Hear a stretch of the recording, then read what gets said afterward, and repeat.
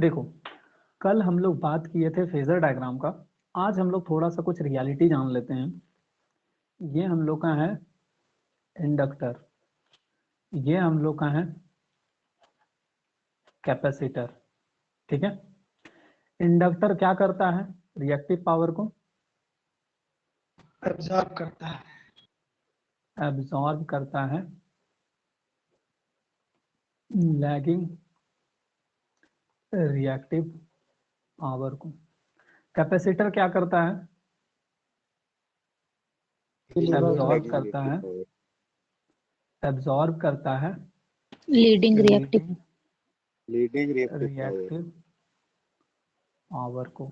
लेकिन हम लोग हमेशा बात करते हैं लैगिंग के लिए। इसी के लिए इसका एक और स्टेटमेंट क्या आता है? Capacitor delivers lagging reactive power, delivers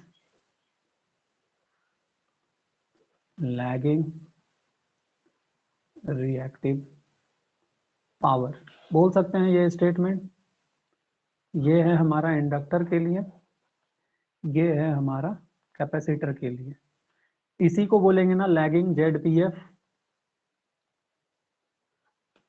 इसी को बोलेंगे ना ZPF lead, zero power factor lead, zero power factor lag, क्योंकि प्योर इंडक्टर है, प्योर कैपेसिटर है। प्योर कैपेसिटर में क्या होता है? एंगल 90 डिग्री बनता है ना, तो cos 90 का वैल्यू 0 होता है, इसी के लिए ZPF बोला जाता है इसको। ठीक है। लेकिन अगर ये RL होगा तो भी तो इंडक्टर एब्जॉर्ब ही करेगा ना, तो फिर ये लैगिंग पावर फैक्टर हो जाएगा। समझ पा रहे हो?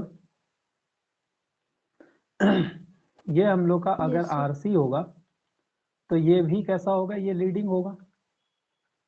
यस और प्योर रेजिस्टिव एक एलिमेंट है जो कि कैसा है? UPF है। क्या इसमें कोई रिएक्टिव पावर का कंसेप्ट आता है? No reactive power. क्लियर है? ये तीनों स्टेटमेंट जो भी तुम लोग का रेड कलर से हम जो घेरा कर रहे हैं वो तुम लोग को समझ में आ रहा है? Yes sir. इसका मतलब हम लोग ये बोल सकते हैं, अगर रिएक्टिव पावर को एब्जॉर्ब करेगा हमारा मोटर तो वो लैगिंग कहलाएगा, लैगिंग लोड। अगर वो रिएक्टिव पावर को कुछ नहीं करेगा तो वो कैसा लोड कहलाएगा? UPF लोड कहलाएगा। मोटर कैसा है? मोटर तो लोड है ना। मोटर हमारा एक लोड है ना। अगर वो रिएक्टिव पावर को एब्जॉर्ब करेगा तो बोलेंगे लैगिंग है, अगर वो रिएक्टिव पावर कुछ नहीं करेगा तो बोलेंगे यूनिटी पावर फैक्टर है, अगर वो लैगिंग पावर को डिलीवर करने लगेगा तब बोलेंगे लीडिंग है। इसी के लिए हम लोग मोटर में भी तीनों केस पढ़ते हैं, लैगिंग, यूनिटी, लीडिंग। समझ पा रहे हो? अब देखो, अब हम लोग बात करते हैं मोटर का और जनरेटर का। इस साइड ये हो गया जनरेटर प्लस माइनस EF, और इस साइड हम लोग बात कर लेते हैं मोटर। ठीक है। जब यहाँ पे Q का वैल्यू पॉजिटिव आएगा, ये कैसा है? ये कौन सा साइड है? ये जनरेटर का साइड है ना। ये कौन सा साइड है? ये मोटर का साइड है। और हम लोग बात कर रहे हैं सिंक्रोनस का, तो ये सिंक्रोनस जनरेटर है, ये सिंक्रोनस मोटर है। यहाँ पे Q पॉजिटिव आएगा तो हम लोग क्या बोलेंगे? ये लैगिंग रिएक्टिव। जनरेटर क्या करता है? सप्लाई करता है या एब्जॉर्ब करता है? सप्लाई इसी के लिए हम लोग यहाँ पे लिखेंगे generator supply lagging reactive power. ठीक है। अगर ये Q का वैल्यू आ जाएगा नेगेटिव तब क्या बोलेंगे? जल्दी से बता दो।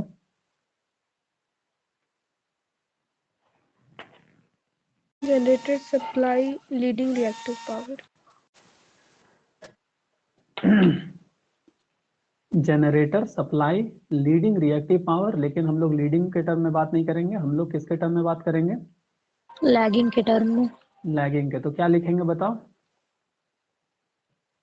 Generator absorb power absorb lagging reactive power.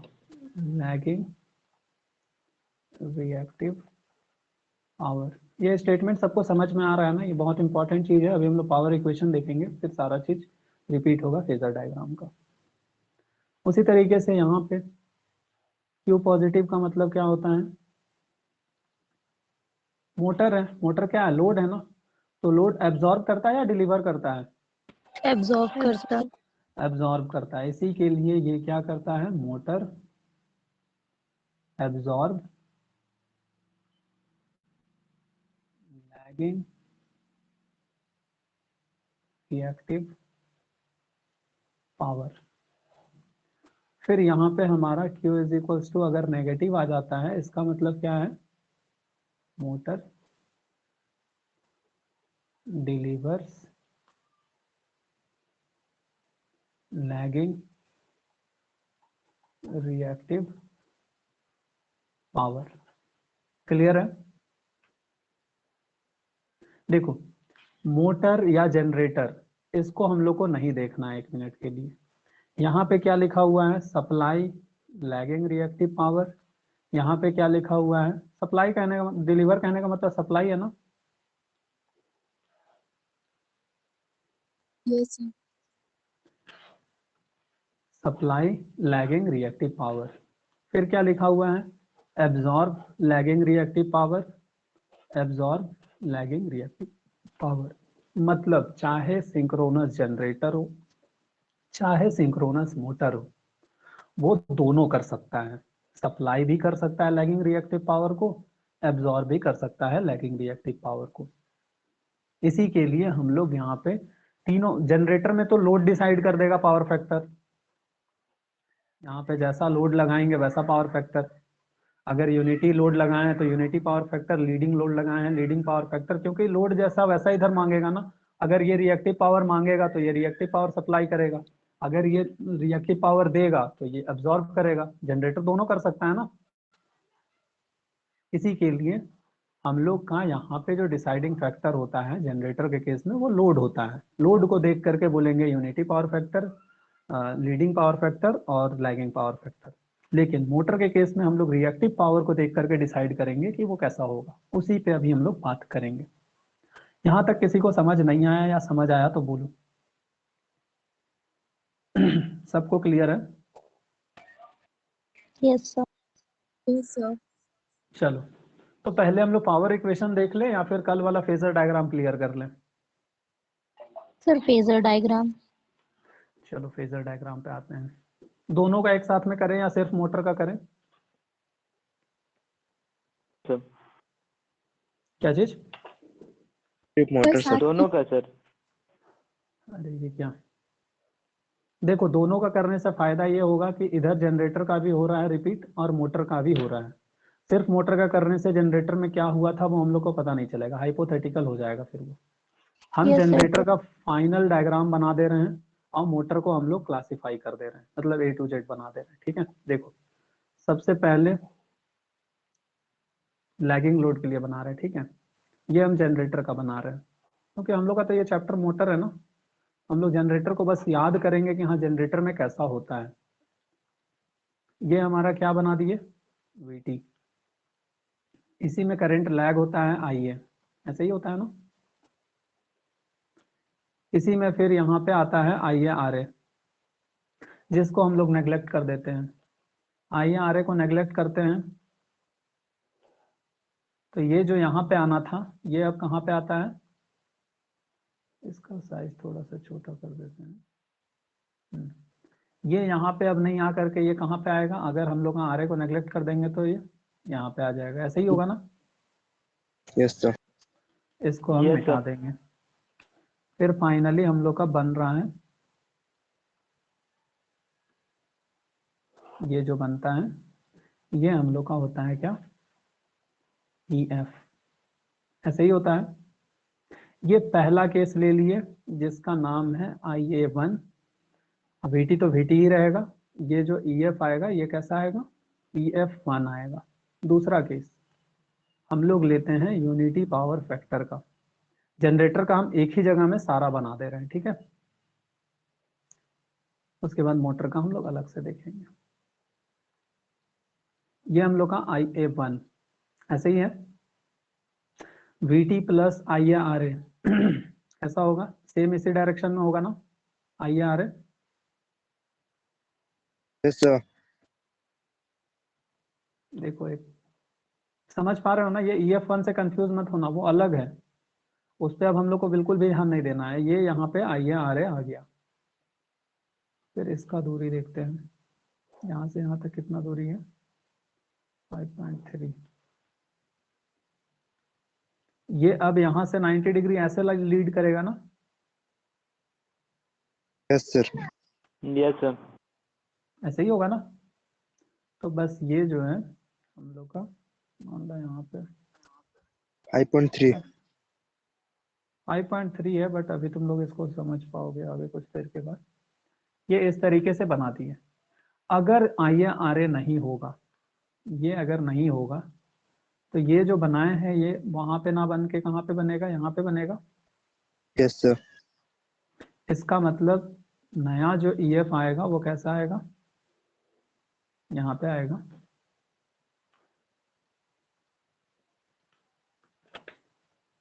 ये EF2 है, अरे ये 2 होगा ना यहाँ पे, IA2 में EF2 वहां पे आया। तीसरा केस हम लोग लीडिंग करंट लेंगे। लीडिंग करंट मान लो इधर कहीं पे ले लिए लीडिंग करंट, कितना होगा इसका नाम, IA3। IA3 अगर यहाँ पे है तो ऑब्वियस सा बात है IA इंटू RA इधर ही होगा उसी के parallel. Yes, sir. Yes, sir.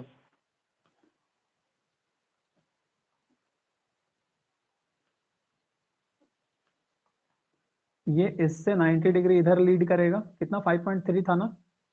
Yes, sir. 5.3. ये इस तरीके से होगा, लेकिन अगर IA RA नहीं है तो ये वाला जो टर्मिनल, ये वाला जो है फेजर, वो तो यहाँ पे आ जाएगा ना, इस तरीके से। सर ये थोड़ा लीड वाला एक बार बोलिएगा। देखो इस तरीके से है, IA यहाँ पे है IA3, तो IA RA उसी फेज में होगा, यहाँ पे आ जाएगा IA RA, यहाँ पे आ जाएगा ना ये रेड वाला। Yes, sir. Yes, sir. IA RA plus JIA XS, इससे 90 डिग्री लीड करता था, इसी के लिए इस साइड में। लेकिन हम लोग को क्या करना है, IA RA को नेग्लेक्ट करना है, तो IA RA को नेग्लेक्ट करके वो जो पॉइंट ऊपर था वो यहाँ पे आ जाएगा ना। Yes, sir. इसीलिए हमारा नया जो फेजर बनता है वो यहाँ पे कहीं पे बनता है। हाँ ये मत समझ लेना कि IA और ये सेम फेज में आ जा रहा है, वो एक्चुअल में वैसा कुछ नहीं होता है। जब एक्चुअल फेजर डायग्राम देखोगे उस टाइम पे तुम लोग उस चीज को देख पाओगे। एक्चुअल मतलब प्रैक्टिकल। EF3 IA3 यहाँ पे है तो EF3 यहाँ पे है। इसी फिगर को जब हम लोग ऐसा रोटेट कर देते हैं, ठीक है,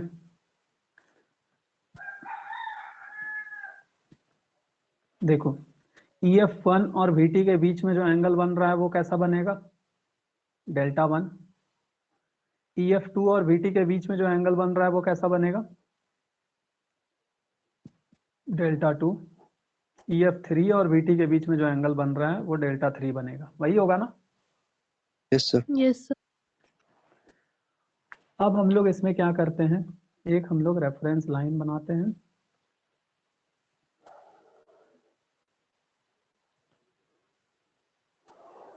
VT से बिल्कुल सेम और इससे ऊपर। उसके बाद हम लोग रिएक्टिव पावर का फॉर्मूला जो है जनरेटर का, जो ऑलरेडी डिराइव किया हुआ है, कोई बता सकता है रिएक्टिव पावर का फॉर्मूला Q आउट क्या आया था। Sir VT by X, sir VT by X VT by X bracket में EF EF cos cos delta minus VT। Minus VT, ठीक है, यस सर। यही इक्वेशन आया था। अब देखो EF cos डेल्टा EF इस साइड में है और एंगल डेल्टा इस साइड में बना रहा है। EF cos डेल्टा मतलब क्या हो जाएगा, उसका प्रोजेक्शन ऑन दिस एक्सिस, यही होगा ना। Yes sir. EF cos delta कहाँ पे आएगा, तो वो यहाँ पे आएगा। EF2 cos डेल्टा कहाँ पे आएगा, तो वो यहाँ पे आएगा। EF3 cos डेल्टा कहाँ पे आएगा, तो वो यहाँ पे आएगा। ऐसे ही होगा ना। Yes, sir. अगर EF cos delta greater than VT है तो रिएक्टिव पावर यहाँ पे क्या आएगा, पॉजिटिव आएगा। रिएक्टिव पावर सप्लाई कर रहा है मतलब हमारा जनरेटर। और उसमें भी तुम लोग को हम ये लाइन जो बताए हैं नॉर्मल, EF cos डेल्टा अगर नॉर्मल VT के बराबर है तो इसको बोला जाता है नॉर्मल एक्साइटेशन। इसमें रिएक्टिव पावर का कोई मतलब कंसेप्ट नहीं आता है। इससे ऊपर ये हो जाता है कैसा, ओवर। इससे नीचे हो जाता है अंडर। ये हम बात कर रहे हैं जनरेटर का, देख पा रहे हो। Yes, sir. Yes sir. सारा चीज देखा देखा सुना सुना सा लग रहा है। सेम चीज ये जो इक्वेशन है, ये जो इक्वेशन है ये फिर से रिपीट होगा मोटर के लिए, और ये ग्राफ फिर से बनेगा मोटर के लिए। ठीक है, वही हम लोग अभी करने वाले हैं। तो अब हम जनरेटर को डायरेक्टली हम इस फिगर को कॉपी करेंगे। जनरेटर का तो तुम लोग को समझ में आ गया ना कैसे क्या होता है। Yes sir. अब हम लोग स्टार्ट करते हैं मोटर का कहानी। मोटर, मोटर का सबसे पहले तो फिगर बना लो। ये आर ए, ये एक्सेस, ये हमारा बैक ईएमएफ है ना, मतलब ईएफ जो भी है, plus minus BT terminal. R A neglect है, इसी के लिए आर ए को हटा देते हैं। ये हो जाएगा हमारा जे एक्सेस और ये हो जाएगा ईएफ। इक्वेशन अगर लिखेंगे तो क्या आएगा, केवीएल लगा लो, इधर से आइए आ रहा होगा ना, केवीएल लगा लो, क्या हो जाएगा, Vt is equals to F plus IA J RA. I A X s. R A कहाँ, आर ए तो हटा दिए ना। Yes, sir. तो ये आया हमारे पास। अगर आर ए होता तो क्या आता, ये plus I A R A plus J I A XS, ऐसे ही आता। Yes, sir. अब हम लोग सिंपली EF का इक्वेशन लिख लेते हैं। EF is equals to T minus I A R A minus J I A XS. ठीक है, अब देखो बनाते हैं हम लोग। सबसे पहले VT, ये हम बना रहे हैं किसके लिए, लैगिंग के लिए, लैगिंग शो करने के लिए। अब तुम लोग को समझ में आ गया ना, सिंक्रोनस मोटर, यही मोटर खुद इंडक्टर की तरह बिहेव कर सकता है, यही मोटर खुद रजिस्टर की तरह बिहेव कर सकता है, यही मोटर खुद कैपेसिटर की तरह बिहेव कर सकता है। समझ में आ गया ना वो चीज। तो हो सकता है तुम लोग के दिमाग में एक डाउट रह रहा होगा कि सर मोटर में हम लोग leading power factor, lagging power factor और यूनिटी पावर फैक्टर क्यों पढ़ रहे हैं। तो उसका क्लैरिफिकेशन यहाँ पे हम दे दिए। अगर वो लैगिंग रिएक्टिव पावर को डिलीवर कर रहा है मतलब वो कैपेसिटर है, और कैपेसिटर में वो लीडिंग की तरह बिहेव करेगा। अगर वो एब्जॉर्ब कर रहा है लैगिंग रिएक्टिव पावर मतलब वो लैगिंग है, और लैगिंग मतलब वो, मतलब कहने का मतलब वो इंडक्टर की तरह बिहेव कर रहा है, इंडक्टर मतलब वो लैग कर रहा है, लैगिंग एलिमेंट। तो वही मोटर लैगिंग की तरह बिहेव कर रहा है, वही मोटर लीडिंग की तरह बिहेव कर रहा है, वही मोटर अगर रिएक्टिव पावर का कोई कंसेप्ट नहीं आएगा तो यूनिटी पावर फैक्टर की तरह बिहेव करेगा। क्लियर है ना ये चीज। तो यस सर।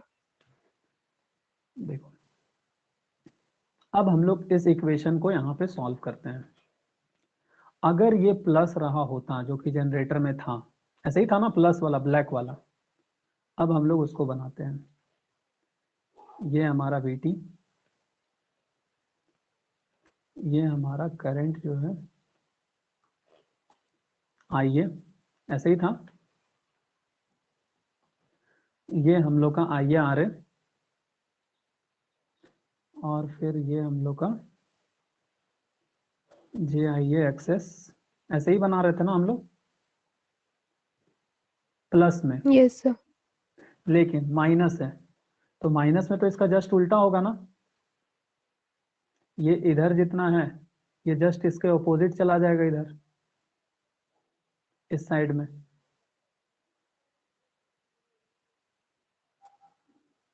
समझ पा रहे हो ना? क्योंकि ये तो Yes, प्लस sir. में होता ना, अगर प्लस होता तब ना इधर बना रहे थे जनरेटर के केस में। मोटर है तो इस साइड में रहता, अब इसके जस्ट ऑपोजिट होगा, इस साइड में होगा। इसी के लिए ये उठ करके कहाँ पे चला जाएगा, यहाँ पे चला जाएगा। ऐसे ही होगा ना? Yes sir. अगर ये जनरेटर होता तो VT यहाँ पे ब्लैक में था, प्लस ये IA अमाउंट ऑफ करंट है, IA RA यहाँ पे दिखाते, JIA एक्सेस को यहाँ पे दिखाते, तो इस तरीके से बनता। लेकिन माइनस माइनस है तो माइनस IA RA को इस साइड में दिखा रहे हैं, या फिर माइनस मतलब डायरेक्शन चेंज कर दिए तो माइनस लिखने का जरूरत नहीं है। माइनस IA RA उधर चला गया ये वाला, फिर माइनस IA RA के बाद माइनस IA इंटू मतलब JIA इंटू एक्सेस करना है तो वो इस साइड में आ जाएगा। क्लियर है? Yes, sir. Yes, sir. ये इस तरीके से हो गया। उसमें भी हम लोग क्या कर रहे हैं, RA को हटा दे रहे हैं, RA हटा दिए तो ये जो टर्मिनल है ये कहाँ पे आ जाएगा, ऐसा आ जाएगा।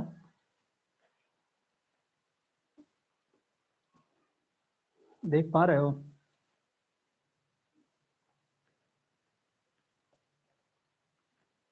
Yes, ये हम sir. लोग का EF होगा ना, EF1 इसको नाम दे दो और इसको नाम हम IA1 दे देते हैं। 1 मिनट इसका हम दूरी देख लेते हैं, सिर्फ 8.5 है ना। ये हो गया लैगिंग का। अब सेम इसी तरीके से इसको हम थोड़ा सा साइड कर लेते हैं। समझ आया ना ये कैसे आया? Yes, sir. फॉर लीडिंग या for unity, UPF।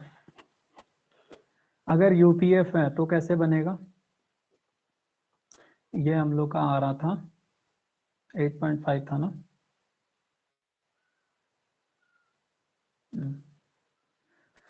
Lagging current मतलब कहाँ पे होगा करंट, मतलब सॉरी यूनिटी पावर फैक्टर मतलब करंट कहाँ पे होगा, इसी जगह में होगा। ये हो गया IA2, ये हो गया हमारा VT। IA RA किधर होगा, अगर जनरेटर हो रहा था तब तो IA RA इधर हो रहा था, प्लस JIA एक्सेस किधर हो रहा था, इधर हो रहा था। ऐसे ही हो रहा था ना। Yes sir. लेकिन यहाँ तो जनरेटर नहीं है, मोटर है, माइनस करना है तो सिंपली माइनस करना है। तो कैसे माइनस हो रहा था, माइनस IA RA इस साइड में हो जाएगा, VT माइनस IA RA, और माइनस JIA एक्सेस को कैसे शो करेंगे, ये इससे डाउनवर्ड। समझ पा रहे हो? Yes, sir. Yes. डॉटेड वाला कैसे होता, अगर जनरेटर हो रहा था तब डॉटेड वाला था और उसका जस्ट यहाँ पे माइनस है, इसी के लिए इस साइड में होगा ना, तो जनरेटर वाले को हम रहने देते हैं, मिटाते नहीं, ठीक है। आइए RA को नेग्लेक्ट कर देंगे तो ये टर्म हट जाएगा, रेड वाला, ये टर्म कहाँ चला जाएगा, यहाँ पे चला जाएगा ना। फिर जो रिजल्टेंट बनेगा वो हमारा EF2 होगा।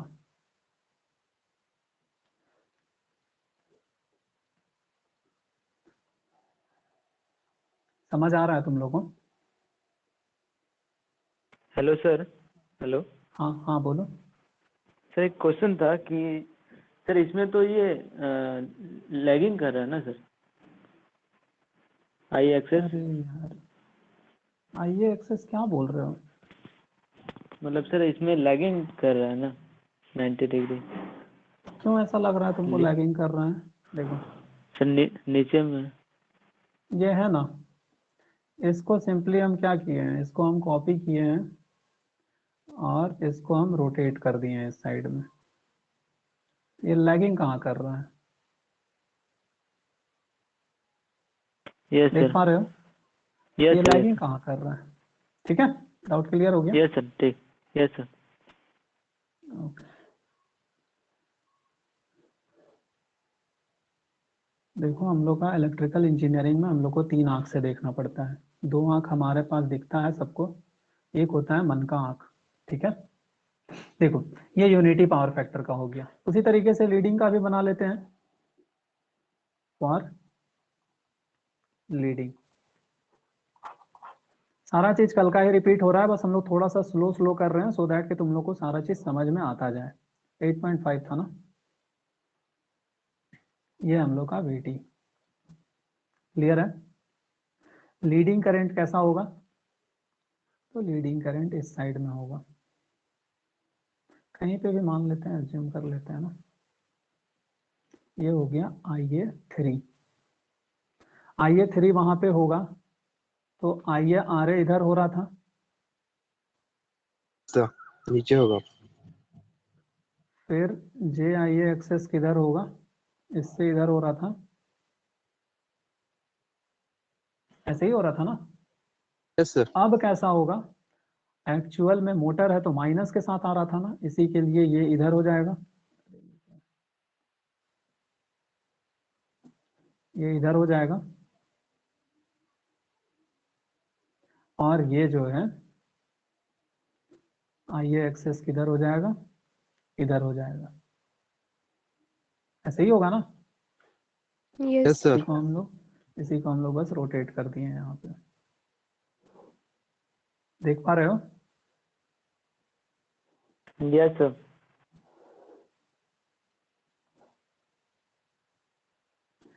अगर अब हम लोग को रिजल्टेंट चाहिए, यहाँ पे IARA को तो हम लोग क्या कर रहे हैं, नेग्लेक्ट कर दे रहे हैं ना। Yes sir. तो ये रेड वाला हट गया, ये जो टर्म है ये सिंपली यहाँ पे चला गया, ऐसे ही होगा। और ये जो है फाइनली यहाँ पे जो आएगा इसका नाम हम लोग क्या देंगे, EF3। और EF और VT के बीच में जो एंगल बनता है वही होता है डेल्टा 3। EF और VT के बीच में जो एंगल बनता है वही होता है डेल्टा, ये हो जाएगा डेल्टा 2, ये हो जाएगा हमारा डेल्टा 1। अब हम क्या करते हैं, तीनों फिगर को कॉपी करेंगे और जो है पेस्ट कर देंगे एक जगह में। पहले हम इसको कॉपी करते हैं। किसी को ऐसा है जो अभी तक समझ में कुछ नहीं आ रहा है, सर क्या पढ़ा रहे हैं आप? सारा चीज कल का है, अगर कल का वीडियो देख करके आए हो तो एंजॉय कर रहे होगे, और अगर कल का नहीं देख करके आए हो तो हो सकता है थोड़ा थोड़ा स्किप कर रहा होगा।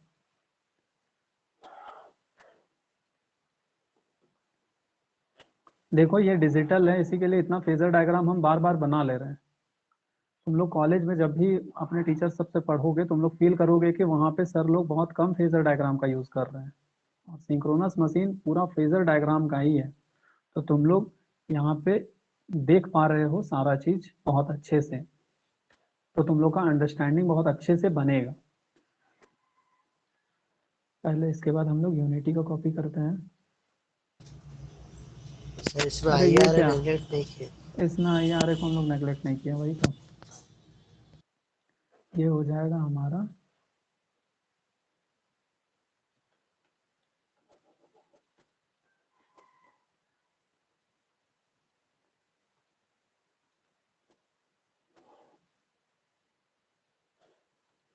ये हम लोग का हो जाएगा EF2, ऐसे ही होगा ना।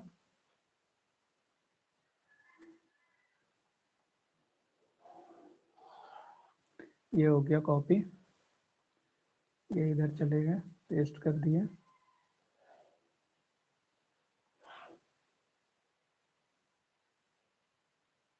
ऊपर का डॉटेड वाला हटाइए ना। हाँ उसको हटा देते हैं। क्लियर है? अब देखो यहाँ पे तुम लोग कंफ्यूज मत हो जाना, ये VT ही लिखा हुआ है, ठीक है। क्लियर है? अब यस हम लोग सर। तीसरा फिगर इसको कॉपी करते हैं।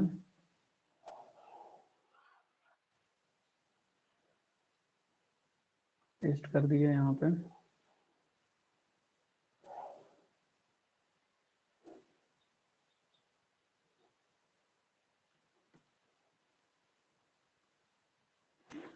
यही फिगर तो कल हम समझा रहे थे ना, ये हम लोग किसका बनाए, सिंक्रोनस मोटर का बनाया ना। Yes sir. ये जो लाइन है ये कैसा लाइन है, नॉर्मल। ये है हमारा नॉर्मल एक्साइटेशन। इससे ऊपर वाला लाइन जो है ये ओवर एक्साइटेड है, नीचे वाला कैसा है, अंडर। ठीक है। फिर कल के क्लास में हम लोग क्या किए थे, कल के क्लास में हम लोग जो कल किए थे वो अभी हम आज फिर से कर दे रहे हैं। यहाँ पे बनाए थे मोटर और यहाँ पे बनाए थे जनरेटर और यहाँ पे बनाए थे मोटर। मोटर वाला को पहले कॉपी कर लेते हैं।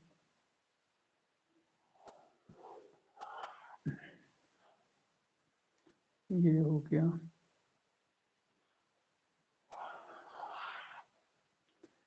अरे यार ये कॉपी का ऑप्शन नहीं दे रहा है।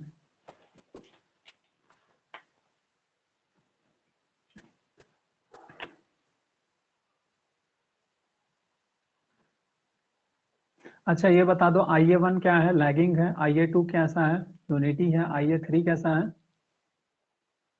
लीडिंग। लीडिंग है। IA3 यहाँ पे आ रहा था, IA2 यहाँ पे आ रहा है, IA1। अब हम लोग इसको थोड़ा हम लोग जैसा दिखेगा वैसा बना दे रहे हैं।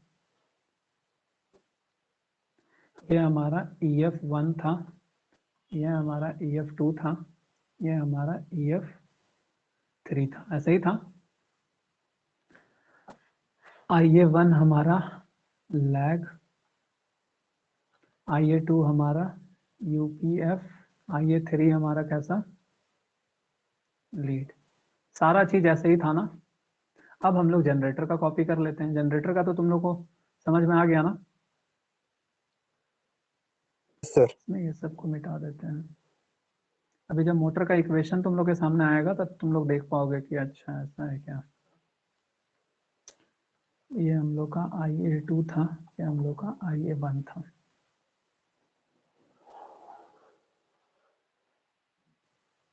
कॉपी, अरे ये क्या यहीं पे कर लिया, कट। दोनों को सेम रेफरेंस लाइन पे ले आते हैं।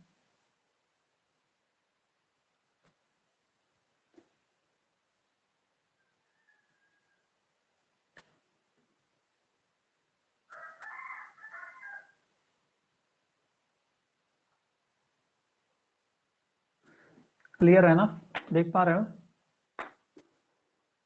Yes sir. यहाँ पे ये IF1 कैसा था, लैग था।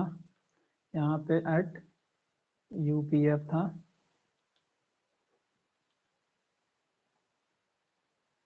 यहाँ पे ये IA3 कैसा था, लीडिंग था।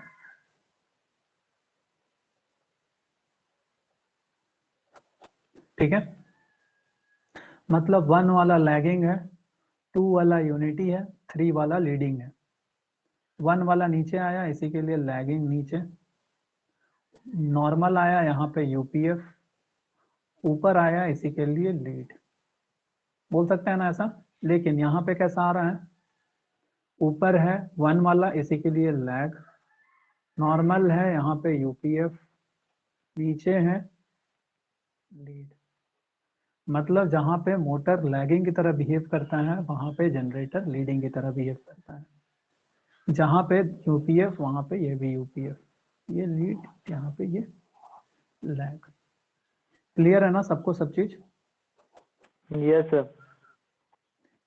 अब इससे अच्छे तरीके से और नहीं बताया जा सकता है। ये हो गया नॉर्मल, ये हो गया ओवर, ये हो गया अंडर। अब हम लोग मोटर का पावर इक्वेशन देखते हैं, फिर इसमें कुछ इक्वेशन आएगा जिसके बाद तुम लोग देख पाओगे कि क्या है, और एक तो जनरलाइज्ड इक्वेशन आएगा।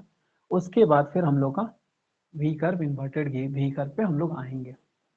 ठीक है, करंट क्या हो सकता है ज्यादा से ज्यादा? करंट तो ऐसा हो सकता है ना, यहाँ से स्टार्ट हो और घूमते घूमते पहले यूनिटी हुआ, फिर घूमते घूमते यहाँ हो सकता है, यही हो सकता है ना करंट। तो लीड हो सकता है, यूनिटी हो सकता है, लैग हो सकता है।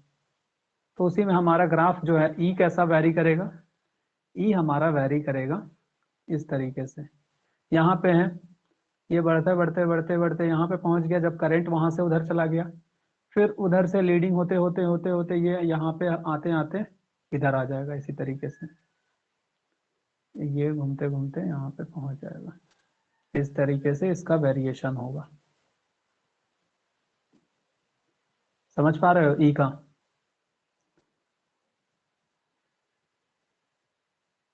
Yes sir. बस वही है, बाकी विजुअलाइज कर पा रहे हो तो अच्छी बात है, नहीं कर पा रहे हो तो इतना जरूरत नहीं है। ठीक है, अब देखो, अब हम लोग पावर फ्लो इक्वेशन लिखते हैं मोटर का। Power flow equation of synchronous motor. Generator का तो हम लोग को पता है ना,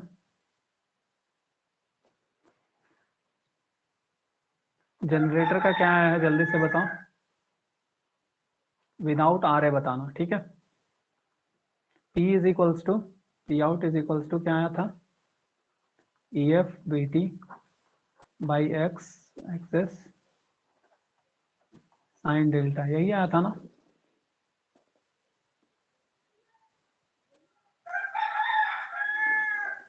बोलो। Yes, sir. Yes sir. Q out का आया था, क्यू आउट का क्या आया था, वी टी बाई एक्स था ना, अभी जस्ट बताए थे। Yes sir, V T by x. E F cos delta minus we T, यही आया था ना। पी आउट और क्यू आउट, क्यों पी आउट और क्यू आउट क्यों निकाल रहे थे हम लोग? क्योंकि हम लोग का आउटपुट मैटर करता है जनरेटर में। मोटर में क्या होगा, तो मोटर में हम लोग निकालेंगे। कितने लोग जनरेटर के टाइम पे हम बोले थे मोटर का निकालना, तो निकाल लिए हैं मोटर का? निकाल लिए हैं? निकाल। बताओ जल्दी से क्या आया है। एक सेकंड सर। जल्दी से देख करके बताओ, so that के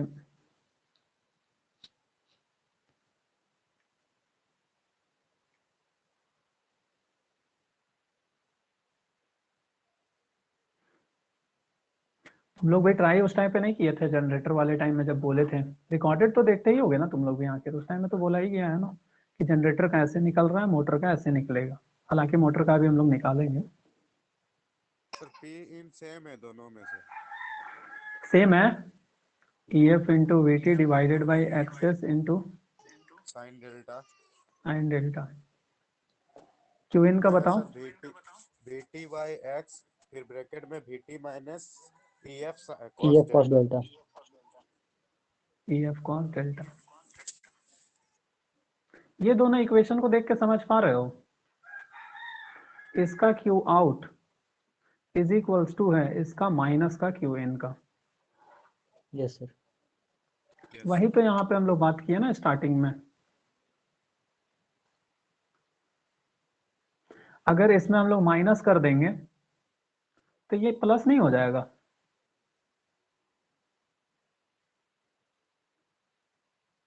अरे देखो, जनरेटर का क्यू आउट निकाल रहे हैं ना हम लोग, और मोटर का क्यू इन, और हम लोग दोनों का इक्वेशन में ये देख पा रहे हैं कि अगर इसका माइनस इक्वल कर दें, माइनस अगर बाहर निकाल दें तो क्यू आउट के तो बराबर हो जा रहा है ना। Yes sir. हम इक्वेशन यहाँ पे लिख दे रहे हैं, तुम लोग देखो ये सब अननेसेसरी का चीज है, हम तुम लोग को ये सब मतलब इसलिए बता रहे हैं ताकि तुम लोग एनालाइज करो। जितना ज्यादा एनालाइज करोगे समझ में उतना ज्यादा आएगा, मजा उतना ज्यादा आएगा पढ़ने। ऐसे तो मतलब ये सब सिलेबस का पार्ट भी नहीं होगा, ये जो प्लस माइनस ये कोई बताता भी नहीं। लेकिन ये अगर समझ लिए ना तो सिंक्रोनस मशीन कभी तुम लोग को जिंदगी में टफ नहीं लगेगा। और अगर ये नहीं समझे ना तो फिर सिंक्रोनस मशीन कभी समझ में भी नहीं आएगा। क्यू आउट का इक्वेशन क्या आता है यहाँ पे, VT बाई एक्स, Q इन का सर यहाँ आएगा हाँ क्यू इन VT का, माइनस फिर से ब्रैकेट में VT minus EF cos delta EF cos delta, delta यहाँ पे आ जाएगा क्यू आउट,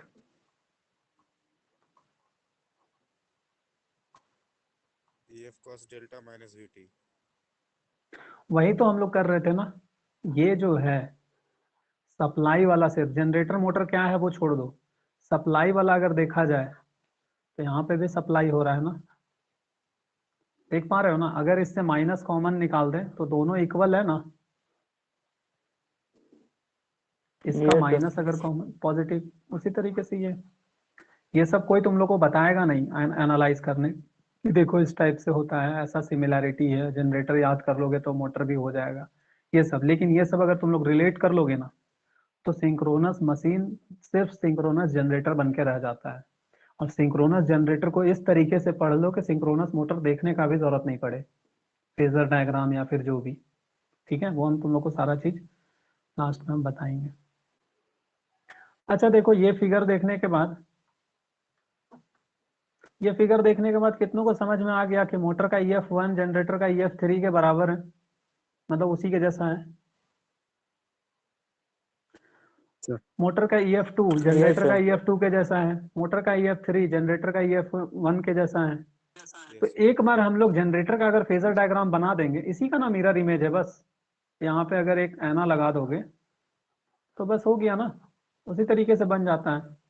तो एक का फेजर डायग्राम अगर हम लोग को पता है तो जरूरत नहीं है कि दोनों का फेजर डायग्राम हम लोग जाने, ठीक है। चलो पावर फ्लो इक्वेशन पे अब हम लोग आते हैं।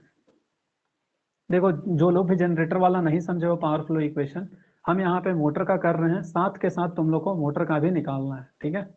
हम जनरेटर का मतलब मोटर का हम लोग निकालेंगे, जनरेटर का तुम लोग को साथ के साथ करते जाना है। जनरेटर, ये हो गया मोटर। पहले तो फिगर बना लेते हैं, कैसा होता है फिगर। पहले हम लोग आरए को कंसीडर करते हुए आगे बढ़ते हैं, फिर हम लोग आरए को नेग्लेक्ट कर देंगे।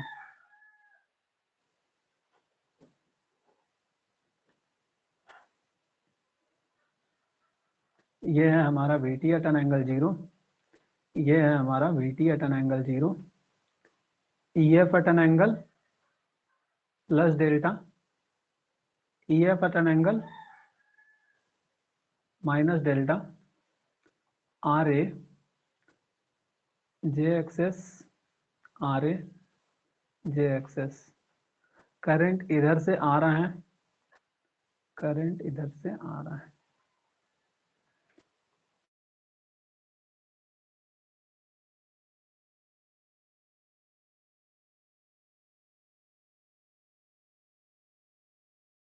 स्टार्ट कर देते हैं। देखो, तो मोटर दोनों में पहले तो IA का वैल्यू फाइंड कर लो, जल्दी से बताओ इसमें IA का वैल्यू कितना आ जाएगा। VT at an angle 0 minus EF at an angle minus delta divided by, इसको हम लोग क्या बोलते थे, इसको हम लोग बोलते थे ZS. ZS at an angle theta, ऐसे ही होता था ना। Yes, sir. Yes, sir. ये हमारा IA, इसमें IA जल्दी से बताओ क्या लिखे थे उस टाइम पे। EF EF at an angle plus delta delta minus VT at an angle 0 minus VT at an angle 0. ZS theta at an angle सारा चीज रिपीट हो रहा है ना जनरेटर का, साथ के साथ करते जाना। यहाँ पे हम लोग इसको अब हम बस इतना ही करेंगे, उसके बाद हम लोग सारा चीज मोटर का करेंगे। यहाँ पे एस आउट निकाल रहे थे, जो कि क्या हो रहा था, वोल्टेज इनटू IA का conjugate, terminal voltage terminal current, उसी तरीके से terminal voltage terminal current, S in क्या हो जाएगा, V इनटू IA का कंजुगेट। क्लियर है। Yes, अब sir. हम लोग सिर्फ मोटर का सॉल्व करते हैं, उसके बाद हम लोग कुछ देर का ब्रेक लेंगे, उसके बाद फिर हम लोग फिर से इसको थोड़ा सा एनालिसिस करेंगे, फिर हम लोग जो है V curve, inverted V curve करके हम लोग समाप्त करेंगे। हो सकता है आज ना भी हो। अब हम सिर्फ मोटर का कर रहे हैं, जनरेटर का साथ के साथ तुम लोग को करना है, ठीक है, अगर करना चाहते हो तो, या फिर जो लिखे हो नोट्स तो बनाए होगे ना, उसमें देखते जाना है, ठीक है। S N is equals to V terminal voltage, V T at an angle 0, I A का कंजुगेट, आईए तो ये है ना, V T at an angle 0 minus E F at an angle minus delta divided by Z S at an angle theta, ऐसे ही होगा। Yes, Yes, sir. sir. That implies Sn is equals to Vt at an angle 0, Vt by Zs at an angle minus theta minus Ef by Zs at an angle minus delta minus theta। इसका conjugate इसको हम थोड़ा सा ऊपर कर दे रहे हैं।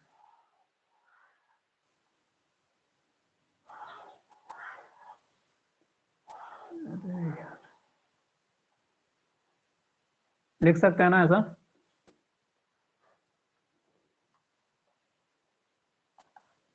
लिखते Yes, जाओ। sir. S N is equals to, अब एस एन लिखना छोड़ दे रहे हैं, is equals to V T into zero, V T angle 0, conjugate हटाएंगे तो जो भी एंगल है वो खुद का सिंबल चेंज Positive कर होगा। देगा, अगर माइनस में है तो प्लस हो जाएगा, प्लस में है तो माइनस में हो जाएगा, वही होता है। तो यहाँ पे हो जाएगा V Yes, T sir. By Z S at an angle theta minus E F by Z S at an angle delta plus theta. इसके बाद इस दोनों का मल्टीप्लिकेशन करेंगे तो क्या हो जाएगा, वी टी का square divided by Z S at an angle theta minus E F B T by Z S at an angle delta plus theta. ये क्लियर है सबको? Yes, S sir. इन का equation,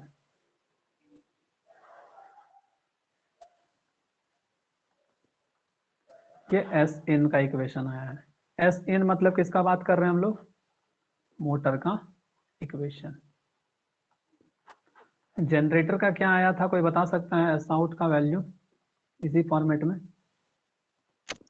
VTEF VTEF divided by ZS at an angle VTEF divided by ZS delta at an angle theta minus delta theta minus delta minus VT square by ZS at an angle theta. at an angle theta.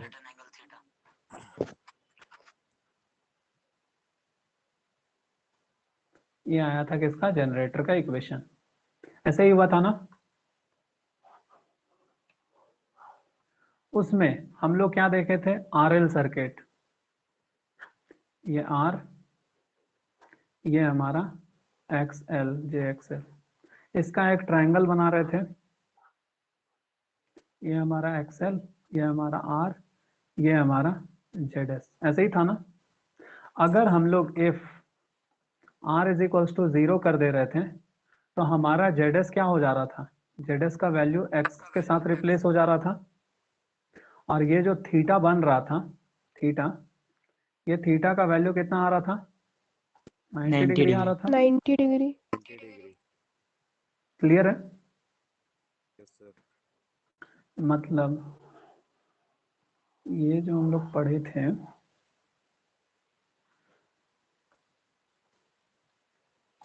इसमें theta का value अब हम लोग कितना put कर देंगे, 90 degree. तो यहाँ पे थीटा हो गया था जनरेटर में 90, यहाँ पे हो गया था 90, उसी तरीके से मोटर में 90 90, ऐसे ही हो जाएगा। इसी तरीके से जब जब जनरेटर का जरूरत पड़ेगा हम पूछते जाएंगे, तुम लोग बताते जाना। क्लियर है ना? यही इक्वेशन बनेगा ऐसा। Yes, sir.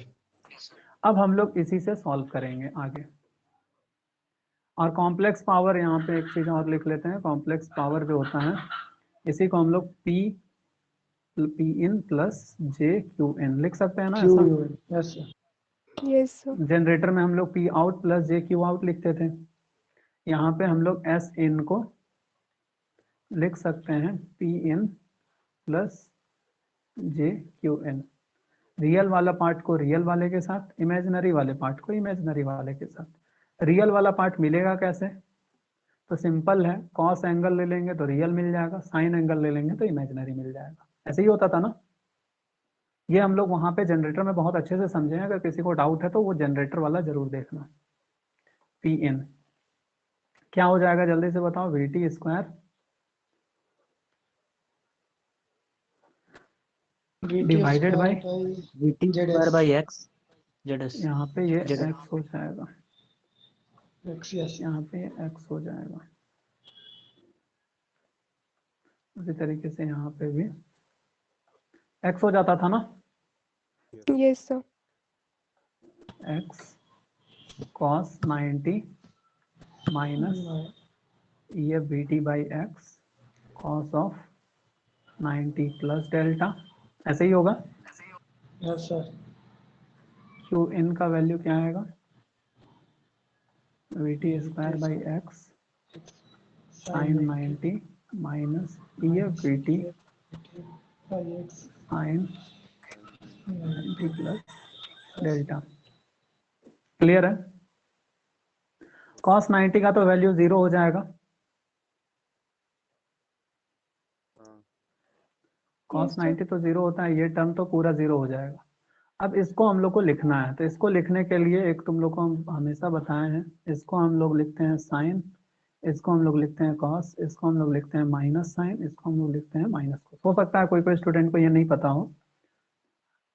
कॉस हम लोग को पता है, हम लोग को कॉस में 90 जोड़ना है प्लस में, तो प्लस है यहाँ पे, मतलब इसको हम लोग डेल्टा प्लस 90 भी लिख सकते हैं ना, 90 प्लस डेल्टा को। Yes, sir. तो माइनस डेल्टा, साइन नीचे होगा ना?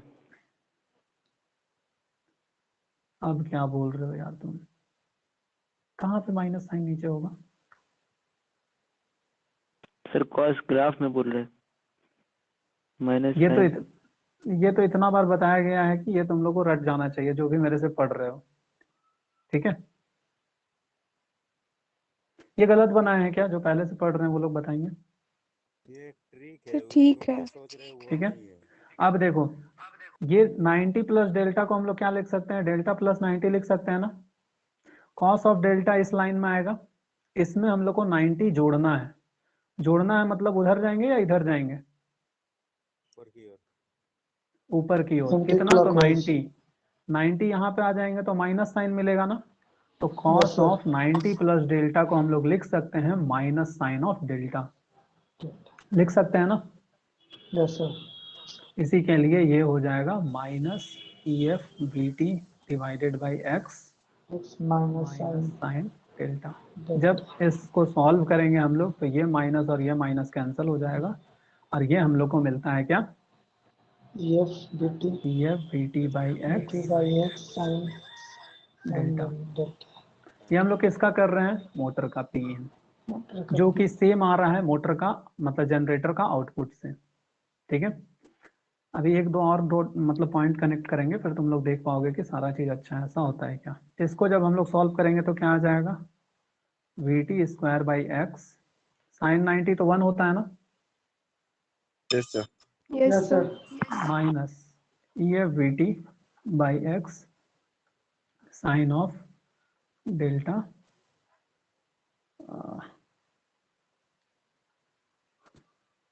Sign of delta plus 90। Sine कहाँ पे है? यहाँ पे है ना, साइन डेल्टा। इसमें 90 जोड़ना है, तो 90 जोड़ेंगे तो इस साइड जाएंगे ना, Yes, sir. Cos delta हो जाएगा। तो ये हो जाएगा cos डेल्टा। या फिर तुम लोग फॉर्मूला भी याद कर सकते हो, जो इंटरेस्टेड हो मैथ्स वगैरह का, तुम लोग का ट्रिग्नोमेट्री आता है। साइन 90 प्लस थीटा कॉस, मतलब sine 90 plus theta cos theta होता है, cos 90 plus theta minus sine theta होता है। ये सब फॉर्मूला रटाया जाता है।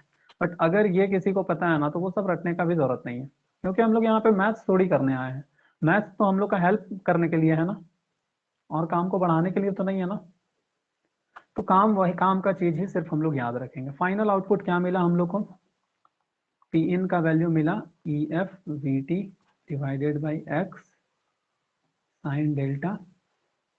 क्यू इन का वैल्यू कितना मिला था? दोनों जगह से V T by X common ले लेंगे हम लोग, ठीक है। तो वी टी बाई एक्स, या फिर पहले इसको पेस्ट कर देते हैं।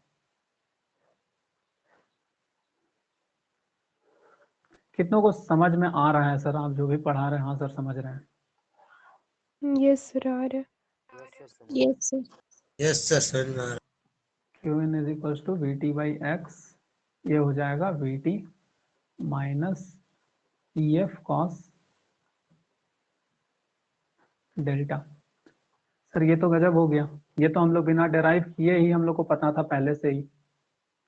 ये हम लोग का मोटर का है, ये जो भी हम लोग लिख रहे हैं ये हम लोग किसका लिख रहे हैं? मोटर का। मोटर वाले साइड में कर देते हैं।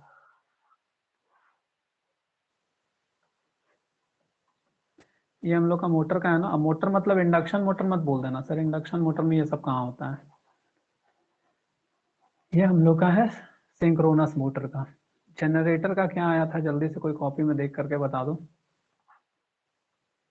क्यू आउट इन तो पी, क्यू आउट तो सर पी आउट सेम में V T E by x minus we T cos cos cos dash delta. Q out बताओ। EF cos sin n minus vt। cos d। हम लोग यहाँ तक पहुंच गए ना?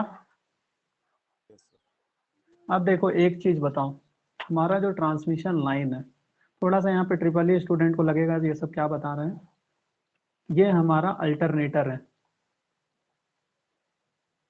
कितना जनरेट कर रहा है ये? P out E F B T divided by X sine delta. ये आगे बढ़ रहा है, ये ट्रांसमिशन लाइन है, ठीक है। ट्रांसमिशन लाइन में भी पावर, एक्टिव पावर का formula V S V R divided by X sine delta आया था ऐसे ही। Yes sir. मोटर लगा हुआ है, E is equals to E F B T by X sine delta. क्या दिखा इससे? Power through out the line हमारा कौन सा पावर? एक्टिव पावर हमारा एक्टिव कांस्टेंट होता है, देख पा रहे हो। और वो किसी भी जगह पावर फैक्टर पे डिपेंड नहीं करता है, देख पा रहे हो ना। ऐसा नहीं है कि इस जगह पे पूछेगा तो बताओ इसका क्या है, वो क्या क्या है। मतलब हम लोग सिंपली पी फाइंड कर सकते हैं E F B T by X sine delta से। इसी के लिए हम लोग आर ए को नेग्लेक्ट करते हैं। अब तुम लोग को समझ में आया क्यों यहाँ पे नेग्लेक्ट कर रहे हैं आर ए को, क्यों यहाँ पे आर ए को, क्यों यहाँ पे आर ए को नेग्लेक्ट किया? क्योंकि हम लोग लॉस लेस चाहते हैं, हम लोग चाहते ही नहीं है कि लॉस हो। तो जब लॉसलेस करते हैं तो जितना पावर जनरेट हो रहा है सारा का सारा ट्रांसमिट हो रहा है और सारा का सारा यूटिलाइज हो रहा है। यहाँ पे देख पा रहे हो। अब हम लोग क्या करेंगे, पावर इक्वेशन हम लोग सारा डिराइव कर दिए। अब हम लोग आकर के यहाँ पे over excited, under excited, normal excited का कुछ केसेस लेंगे। और अभी हम लोग को नहीं पता है, मतलब ये फेजर डायग्राम मान लेंगे, एज्यूम कर लेंगे। कहाँ चला गया? हाँ, एज्यूम कर लेंगे कि ये फेजर डायग्राम नहीं पता है हम लोग को, और यहाँ पे लैगिंग है, यूपीएफ है, लीडिंग है, वो हम लोग को नहीं पता है। अब हम लोग किसको देख करके, जो हमारा इक्वेशन आया है उसको देख करके हम लोग इस चीज को डेराइव करेंगे। क्लियर है कि हाँ यहाँ पे लैग आएगा, यहाँ पे यूपीएफ आएगा, यहाँ पे लीड आएगा। उसी तरह जनरेटर में यहाँ पे लैग आएगा, यहाँ पे यूपीएफ आएगा, यहाँ पे लीड आएगा। उस इक्वेशन को देख करके हम लोग ये चीज लिख लेंगे। अभी तो हम लोग फेजर डायग्राम बनाए ना अलग अलग, तब ना बताया कि हाँ अच्छा ये IA3 लीडिंग करंट था, इसी के लिए EF3 जहाँ पे आ रहा है वो लीडिंग है, इसी के लिए लीडिंग अगर हमारा जनरेटर रहेगा तो अंडर एक्साइटेड होगा। ये तो हम लोग फेजर डायग्राम बनाए तब पता चला ना, लेकिन उस इक्वेशन को देख करके हम लोग डायरेक्टली बता सकते हैं। ठीक है, तो रिकॉर्डिंग कर देते हैं हम यहाँ पे स्टॉप।